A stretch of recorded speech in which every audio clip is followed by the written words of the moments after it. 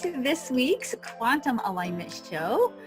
I am feeling a little bit weird to say that I'm excited to talk about fear, but I am excited to talk about fear.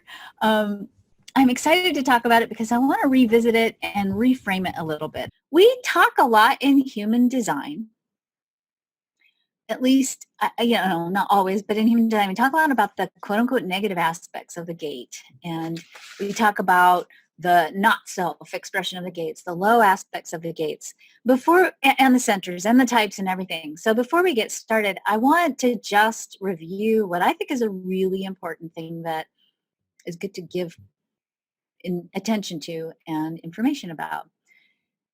If you think of the human design chart as a cross-cultural or cross-belief system catalog of archetypes, which is really what it is. It's just core human characteristics or traits or archetypes that come from a lot of different cultural backgrounds. We have sort of a Judaic background, which is, also the foundation for a Christian background. We've got Hindu background. We've got Chinese background. We've got I have to go through and review all that. Is that everything? I think I'm missing one. We've got astrology and Vedic astrology. We've got a whole bunch of different archetypes that sort of all rolled up into one into the chart. And the chart itself is just kind of a catalog of all the potential ways that the human story can get lived out or be lived out. You always have choice in how you live out the archetypes in your chart. You will have defined aspects in your chart. That's the things that's colored in.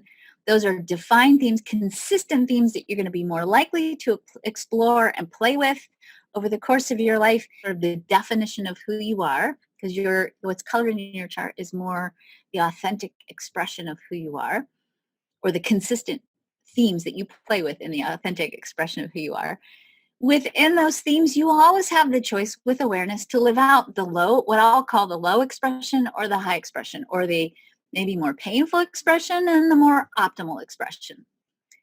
Same thing is true for everything that's open or white in your chart, except that whatever's open and white, you have a lot more variability around it because you're going to be experiencing that energy in a lot of different ways from a lot of different people. So you have the opportunity to experience those archetypes with a lot more variability. And because ultimately you're kind of collecting experiences from other people's energies over time, you have a little bit more choice in that openness because you're going to have more variability in what you experience in that openness. Either way, the chart itself gives us kind of a guideline of what's possible. And it has, as I said, a whole spectrum of how you could be expressing that chart.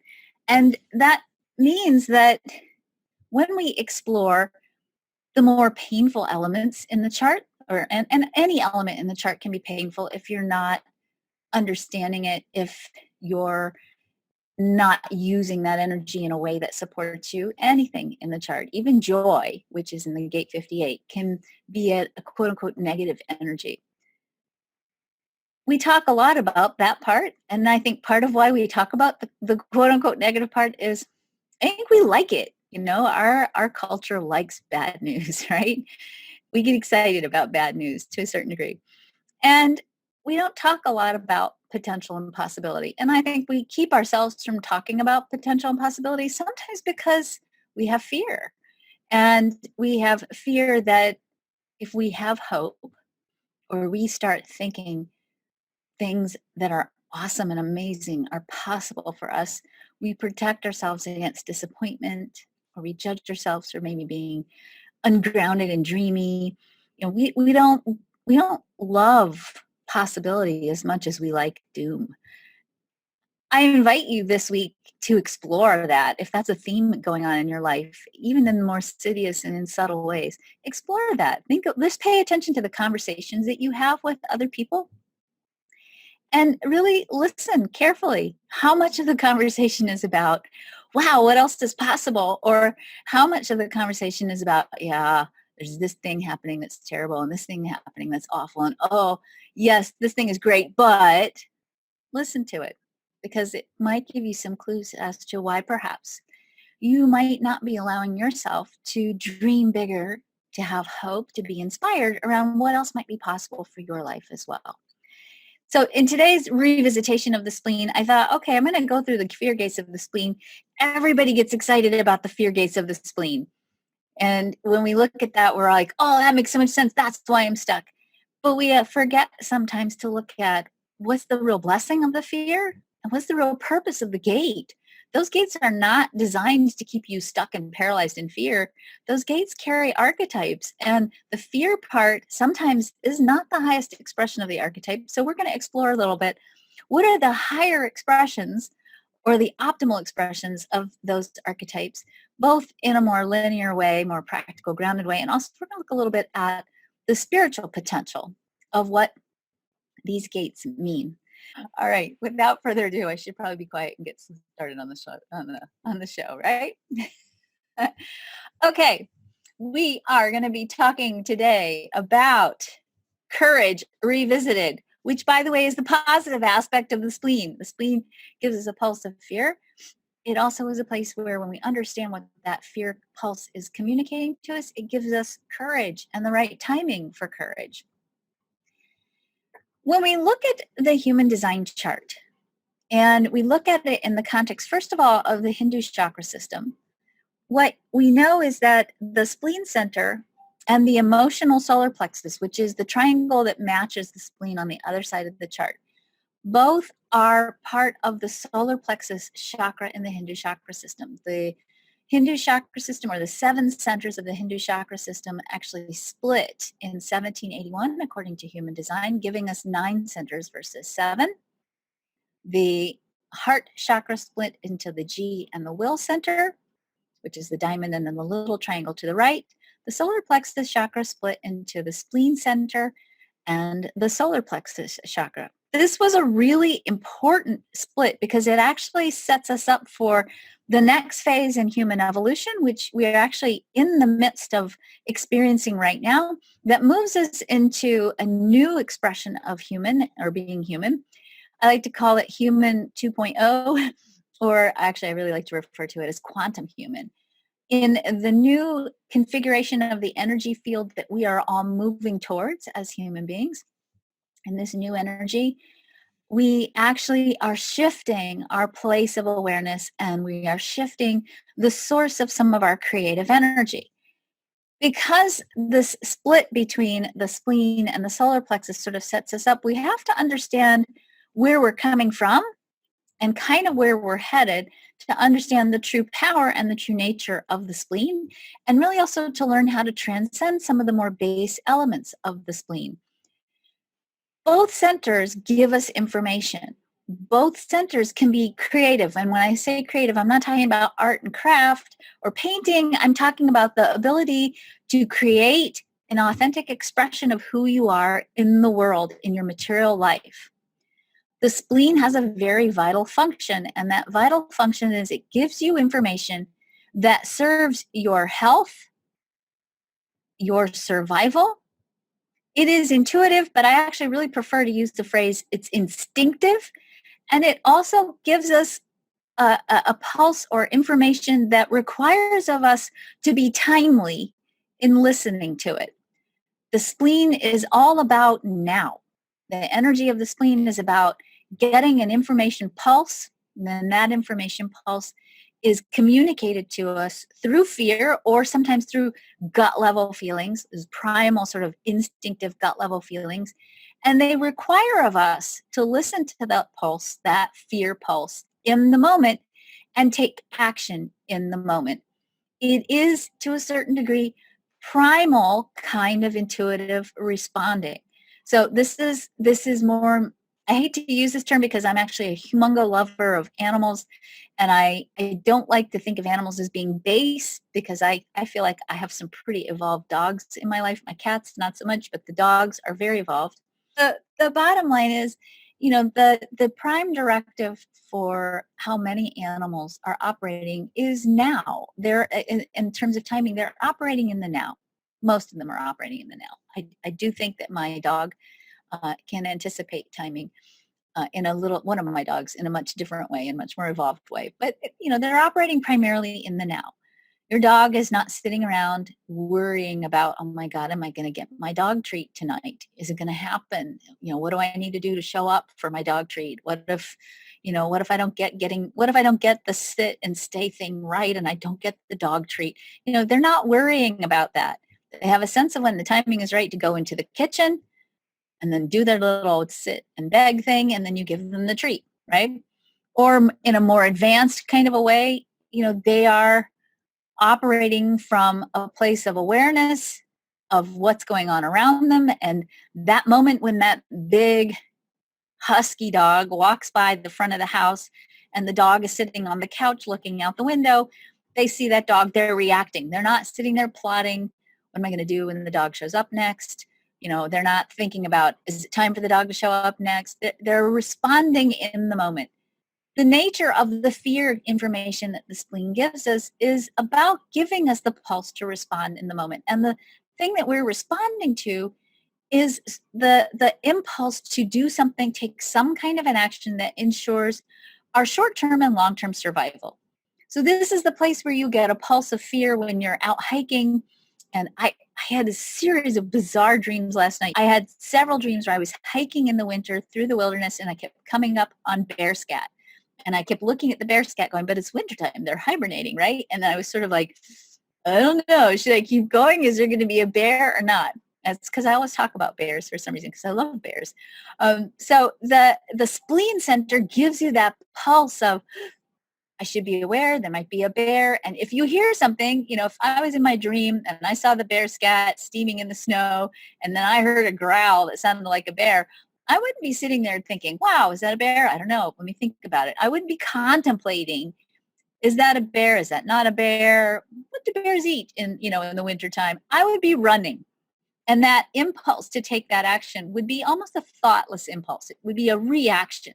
And I think that's a very important piece to understand, that the spleen center gives us information that gives us incentive or a pulse or the drive to react to something. Okay? So you see the bear, you react, right? This is very different than the solar plexus. The solar plexus gives us the potential to be deliberate. We can consciously calibrate the solar plexus. The emotional solar plexus is a powerful creative source of energy that actually calibrates our heart center. It calibrates the magnetic resonance field of the heart and influences what you attract into your physical manifested experience. I'm not going to go too much into that, but I just want to let you kind of set this up for you, that we are moving more towards the solar plexus as our human being evolves. We are moving more towards creating deliberately as our human being evolves. And we are moving away from, as we evolve, fear as being the driver for our creativity. Right now, many of us are still creating from fear. We are doing something to avoid something scary. And it's subtle, but it's so subtle that I want to point it out to you because it'll change the nature and the point at which you create if you understand some of this. So let's talk about, I'll get out of here for just a second. Let's talk about exercise and taking your vitamins and eating well, okay? There is a very different point of creation between consciously calibrating and amping up your emotional energy around the intention to be vital and healthy, and consequently taking right action to make yourself vital and healthy, versus going to the gym and eating healthy and working out because you're afraid you're going to get sick, or you're trying to prevent something terrible like cancer or some degenerative disease. It's subtle, okay? It's subtle, but it's a totally different drive when we're creating out of deliberately harnessing emotional energy. And it's subtle because it gives us more control when we're being deliberate versus creating out of fear. When we create out of fear, we're actually creating from a place that's reactive.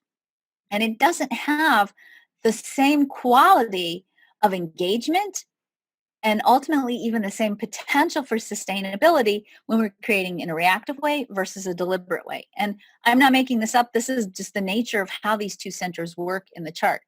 The solar plexus, when you're creating with deliberation, the solar plexus has a greater ability to access energy that's sustainable, because it can endure over time. Whereas the spleen, because it's in the moment and it is reactive and it is designed to only give you a pulse of action in the moment, it is not sustainable. You can't sustain fear over time. If you do, you will burn out. You'll fry your adrenals. You'll go into a chronic state of low grade stress. Your cortisol levels will go up. And not only that, you'll decrease your dopamine, you'll decrease your serotonin, and your creativity goes down. You actually become less creative when you're creating from a place of fear versus when you're consciously harnessing your ability to be deliberate. All right. Here's where it gets a little bit more interesting for human beings. We aren't animals, purely animals anymore. There is a very big difference in the configuration of a human being versus a mammal. Mammals have a different chart than human beings. Only human beings have human charts. Mammals do not have an emotional solar plexus. And before you start sending me emails about, what do you mean my dog has feelings? Yes, your dog, I will agree, your dog has feelings, but those are feelings of caring and even and maybe other drivers, but they don't have the ability to consciously harness their emotional energy to create what they want in their life in the same way that a human being can. And that's different than feelings. And I think we get very confused in the solar plexus when we start talking about feelings. The solar plexus isn't really about feelings. It's about emotional frequency of creative energies. Again, that's a whole nother quantum alignment show. Because we're more complicated than animals and because we don't operate just out of instinct, we have options in our creative capacity. And our minds are more complex and our ability to process the world is very, very different. And because we're in the middle of an evolution, so things are always messy when we're evolving. Many of us have the potential to get lost or stuck in our instinctive splenic energy and to get afraid of things that are not life-threatening because of the way the spleen is configured. And because fear, especially when you don't move through it with action, if you don't move through it with action, you get paralyzed in it. It's very easy for human beings to get stuck in a low grade stress slash adrenaline slash fear response around things like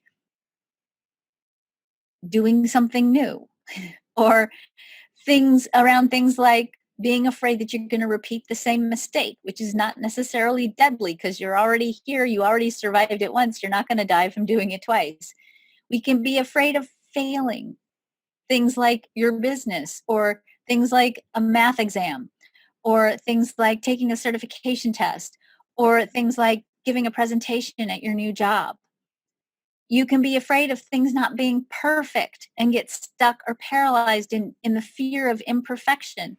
There are lots of different ways that this energy, because of the complexity of our consciousness and our creative capacity, can get really confused in human beings. And certainly the very first and most important thing I would say to you is if you feel paralyzed from fear in your life, if you can ask yourself, am I going to die if I do this? Am I going to die if I give my report at my new job and I don't do a perfect job? Odds are you're not going to die. And if you're not going to die from it, the biggest thing you can do for yourself, the greatest gift you can give yourself is to do it anyway, even if your knees are knocking, because the spleen pulse is very time limited and it will give you a fear pulse. And if you push through it and do it anyway, it dissipates. And in fact, when it dissipates and you get to the other side of it because you push through it, you'll be like, oh my gosh, why was I letting that hold me back? That wasn't even a thing. Your spleen pulse is time limited. And again, ask yourself this question: if I do this, will I die? And if the answer is no, then go ahead and do it anyway, because you'll get to the other side of it and you won't be stuck of it. The thing is, if you don't push through it, then you do get stuck in it and it can be paralyzing. It can be ultimately some of the most paralyzing energy in the chart. And it's interesting that we let ourselves get stuck there so significantly, because the truth is most of the stuff, if not all of the stuff that we get jammed up with here in the splenic center are opportunities or experiences or new expressions of who you are that will not result in your death. For all intents and purposes, because we're talking about the human blueprint, I don't want you to worry about whether you have the spleen open or defined. Here's the difference. If your spleen is defined, the way in which that fear pulse communicates with you will be consistent. It'll stay the same. So the way in which you experience fear is the way you've probably experienced fear your whole life. You'll have some kind of way of going, and that way of experiencing that fear is consistent for you. If you have your spleen center open, it means that the way in which that instinctive pulse communicates with you might change depending on who you're with and where you are. And so sometimes it can be a little trickier to tune into, okay, what's this about when it's open, just because there's more variability there, but you still will get a fear pulse. If the solar plexus is open or defined, either way, you still are imbued with the exact same creative power.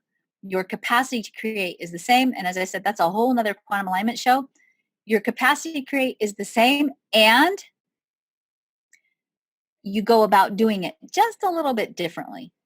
Not much differently, but a little bit differently. So, but if either way, if it's defined or open, you're still going to create. And that really leads me to my mantra, which you probably have heard me say a couple of times if you've watched any of these shows. You all have all of the chart.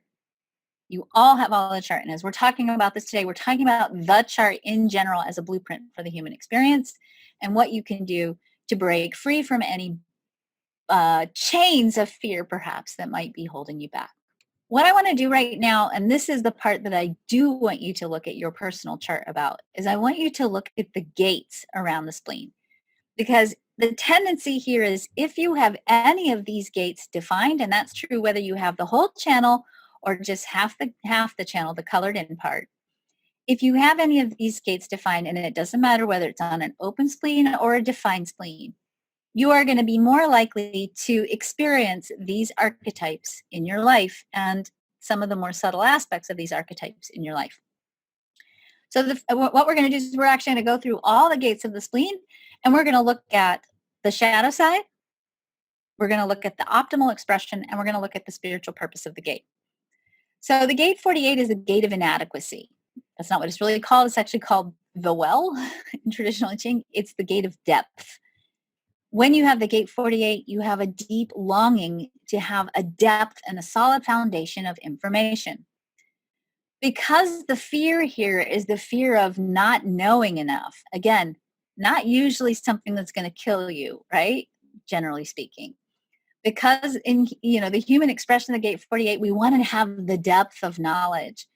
The fear here with the gate 48 is the fear of inadequacy. And oftentimes people with this energy will hold themselves back from trying something new or from going out and pushing the edge of their comfort zone because they're afraid that they don't know enough, they don't have enough training, they don't have enough experience, they don't have enough whatever, and they're in some way inadequate in their expression of the depth of knowledge that they actually really have. In fact, what I find with people who have this energy is they're usually so ridiculously over-prepared and they think they're under-prepared and they're holding themselves back oftentimes for no reason at all. The gate 48 in its optimal expression is this is if you're living this archetype out in its highest expression, you have the depth of knowledge necessary to intuitively know what needs to be known when it's time to know. Okay? That's the highest expression of this energy. We have the depth of knowledge necessary to intuitively know what needs to be known when it's time to know. And there's a certain amount of relaxation around that, because what you'll find out from really trusting that you'll know when you need to know is that you'll find out that you actually do know when you need to know. And you don't have to spend your time spinning in fear and keeping yourself from going outside of what's comfortable for you. And you'll allow yourself to stretch and grow beyond what you think you're capable of. The spiritual expression of the gate 48 is the trust of your connection to source enough to know that you'll know what you need to know when you need to know it. This is really powerful because we are addicted to certainty, I think, in our culture. We don't want to make mistakes. We're terrified of getting it wrong. And one of the things we think is going to protect us from making a mistake is to have access to knowledge or certainty about how the outcome is going to be. Well, there really is no certainty about how the outcome is going to be, but you can be certain when you trust your connection to source enough that you'll know what you need to know when you need to know it. And it doesn't require panicking and overtraining and overstudying and jamming yourself so full of information that you don't have time to go experiment and explore and experience all the other things that life has to bring you because the fear keeps you stuck. The gate 57 is actually one of the most psychic or intuitive gates in the human design chart. People with the 57 oftentimes have what we call knowingness. They know that they know. They don't know how that they know, but they know. And oftentimes that knowingness in the gate 57 is about knowing the future. When you have the gate 57, you know things about the future, and you don't know how you know that you know, but you know. There's a fear in the gate 57 because it's splenic that is about being afraid of the future. And so sometimes people with this energy will really hold back from moving forward in their life because they're afraid of what might happen. They're afraid of the future. In the optimal expression of the gate 57, we see the intuitive awareness of knowing the right timing for perfect expression, the right timing for collaboration, and or the right timing for internal alignment. And the reason why this has a couple of things here is when we look at this particular gate, yes, it has the potential to connect either with the 20, and that 20 gives it the potential to know when it's the right time to collaborate, to the 10, which is to know when it is the right time to express perfection. And then, of course, connecting here to the 34, which connects it down to the sacral, which is knowing the right timing for internal alignment with life force. Okay? It's internal alignment with life force. Spiritually, this is the intuitive connection to source that signals the timing for preparation. Oftentimes when you have this gate 57, you get this inner sense of change is coming and I need to be ready. So there's alignment here with what's next in the cosmic plan. So many of you who have this 57, you'll know, like, if you're going to get a big change or shift in your relationship or your job or even your living circumstances, you start to get that internal, something's about to change. And it's a signal to you to get ready, to prepare, to start getting emotionally if you want to, because you're going to create with this energy, or to get energetically aligned with the change that's coming down the line. The gate 44 is the gate that is all about exploring the patterns of the past in order to take the blessings of the past, break the patterns from the past, and create something that is in greater alignment with integrity and truth and value. But again, because we're talking about the nature of the fear here, we're talking about the gate 44, which has the fear of the past. Sometimes people with this energy are afraid to move forward in life because they are afraid that the patterns of the past will repeat themselves again.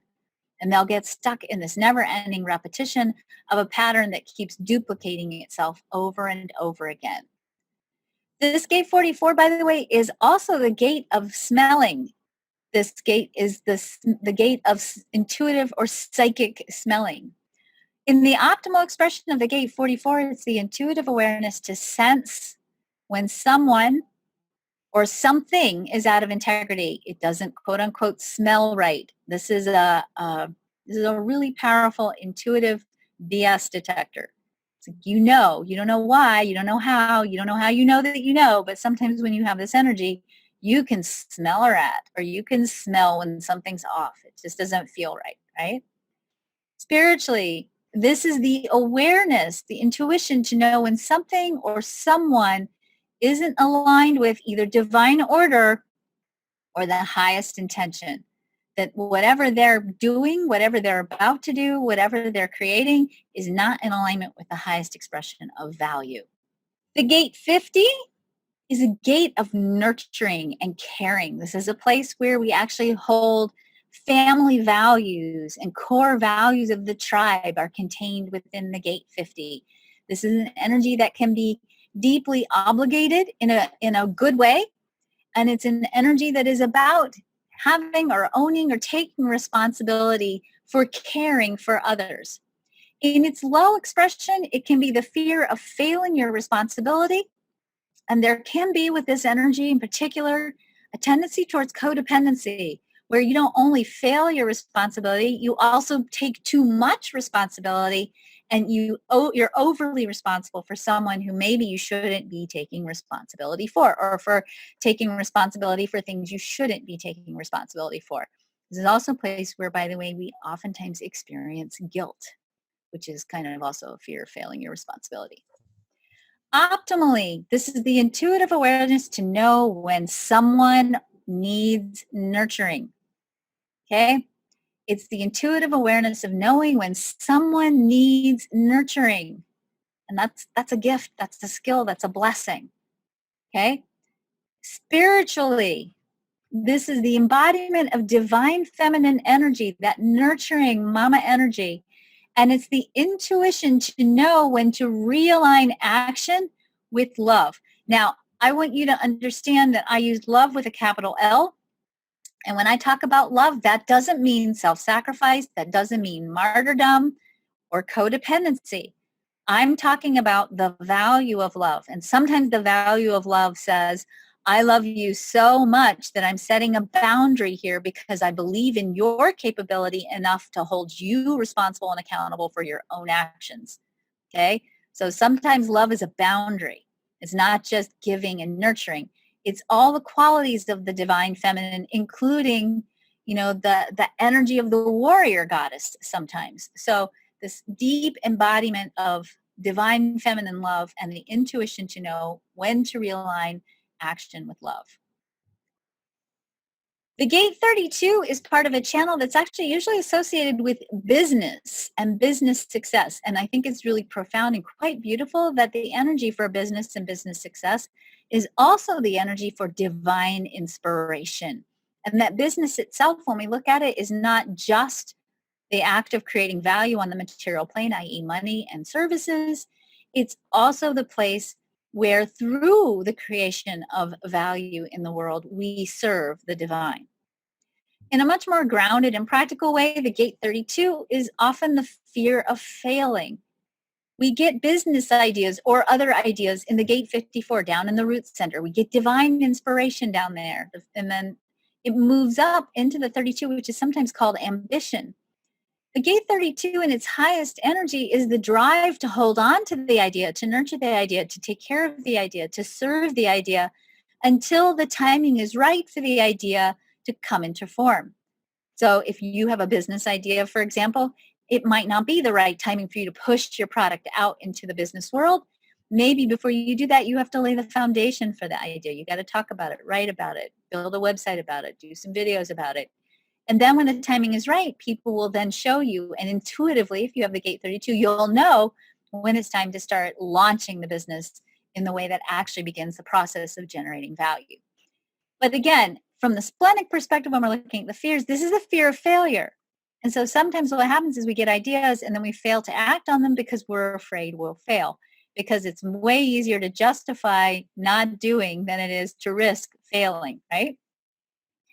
In the optimal expression of the gate 32, this is the intuitive awareness to know the right timing for the right action to bring a dream, a business concept, or an idea into form.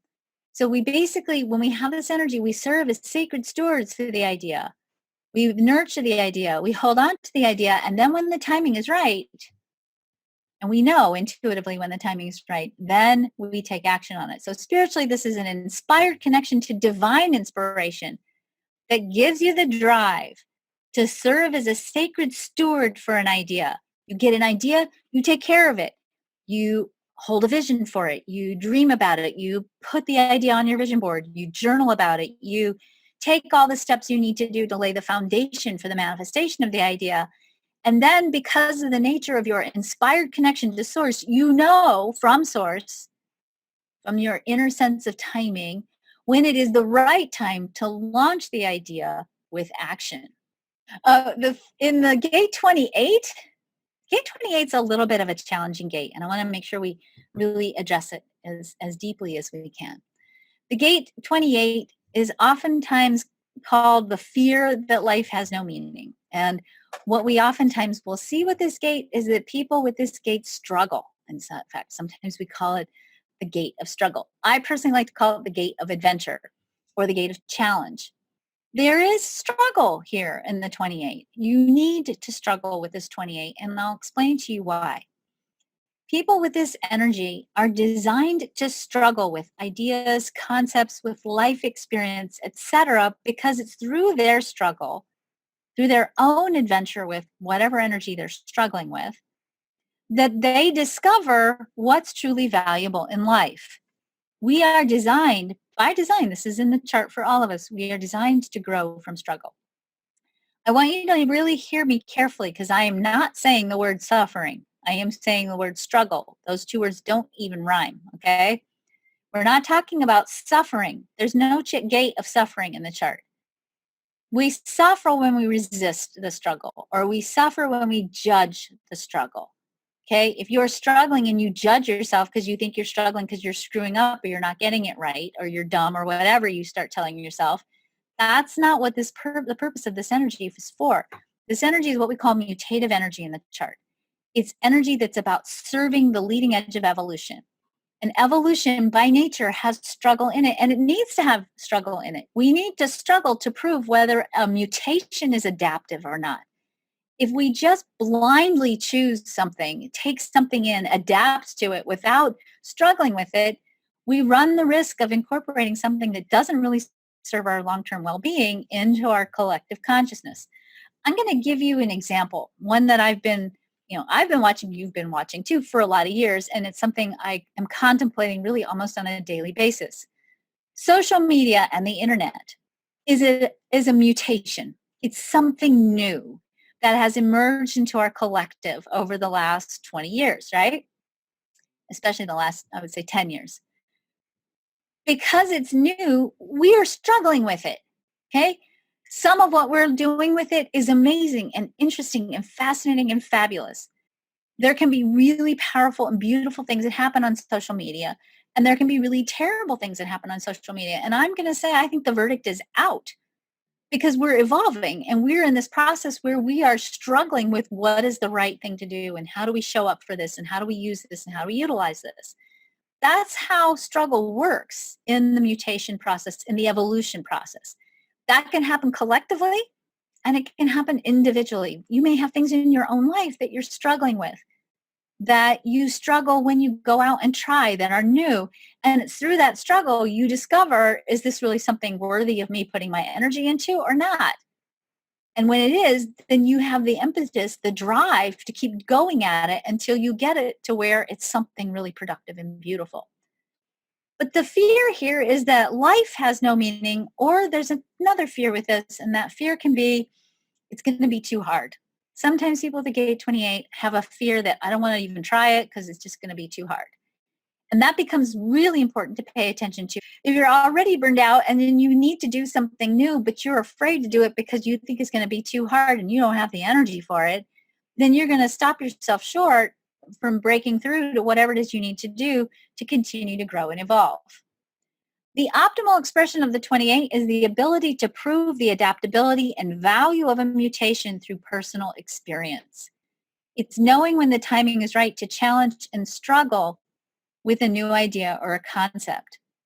Spiritually, this is about serving the leading edge of shift in human evolution and knowing the right time to experiment with new ideas and consciousness for the sake of expanding possibility for the higher good and laying the foundation of new global consciousness and evolutionary cycles. If you have this gate defined in your chart, you are a cosmic revolutionary. And your struggles might feel personal, and they are, but they're also struggles that ultimately, from your experience, you add to a greater understanding for humanity. So thank you. Last but definitely not least, we talk about the gate 18, the gate of perfectionism. The gate 18 has an intuition to know when patterns are not correct. This is part of logic. Logic is all about understanding patterns and aligning patterns and correcting patterns so that we have the optimal expression of a pattern in order for us to be able to rely on the pattern so that we can predict the future. The scientific method, the method that we use for experimenting and proving whether something is scientifically valid or not, is in the logical circuitry. It's part of logic. Scientific methodology is about doing something enough times to statistically prove that the pattern is relatively consistent through all these different duplications of the same process, right? The gate 18 is an instinct to know what patterns need to be changed or corrected in order for something to become perfect or more joyful in its expression. But the fear here is the fear that you'll never get it right. You'll never get it perfect. And you can get stuck here in revising and revising and revising and revising and revising and revising and revising and revising and revising till the end of time and never quite getting it right. Let me give you an example. It's just sort of standard practice. Every publisher knows that when they publish a book, you go buy a book at Amazon, there's going to be some kind of typo or mistake in it, no matter how many times or how many people have laid eyes on the manuscript before you go to press. There will be a mistake in it. It's just the nature of being a human being. There will be a mistake in it. There'll probably be a couple mistakes in it. In my Understanding Human Design book, there are some mistakes in it. In fact, I found a new one this week. Okay. And I've looked at this book now since 2012 and actually way before because I wrote it. So I was looking at it before it got published. Right. And it's there. And it's a content error. So there will be mistakes and you will miss them sometimes. Unless you have the gate 18, where you might find every single mistake over and over and over and over and over and over and over and over and over and over and over again. And you might be so afraid of releasing whatever it is that you're in the process of correcting that you never let it go. And you struggle to do the perfected expression. There's a place of balance here with this. So optimally, the gate 18 is the intuitive awareness to know if the pattern is correct or it needs alignment. It's also the intuitive awareness to know when it's okay to let it go and just let it go out and be in the world anyway. Spiritually, this is the ability to discern without personal judgment in relationship to higher concerns, correcting something for the greater good, and to create a deeper expression, a higher expression of joy. Now, let's talk about the only way through the fear of the spleen. I know I've said this before, but I just want to say it again because this is what I really want you to walk away with. Feel the fear and do it anyway, okay? But you've got to be tuned in and you got to be listening to yourself. Do that if whatever it is that you're afraid of is not life-threatening, okay? If the potential of you taking action could potentially result in your death, then listen very carefully to your spleen, because it's probably giving you a pretty good insight into what's really going on here, and you might need to listen to it. Run from the bear. Don't sit there and contemplate what might be the right action. Let your instincts run the show on that one, all right? But if you're not doing something because you're afraid you're going to fail, or you're afraid you're going to be judged, or you're afraid you're not going to get it right, do it anyway. But before you take that action, get aligned and listen first. Take some time and really check in with yourself and ask yourself, is there something else going on here that you need to pay attention to? Or is this really just a little bit of confusion around your energy definition? Have a really wonderful weekend. Take good care of yourselves. And thank you all for joining me today. May you go forth and be fearless. Have a great week.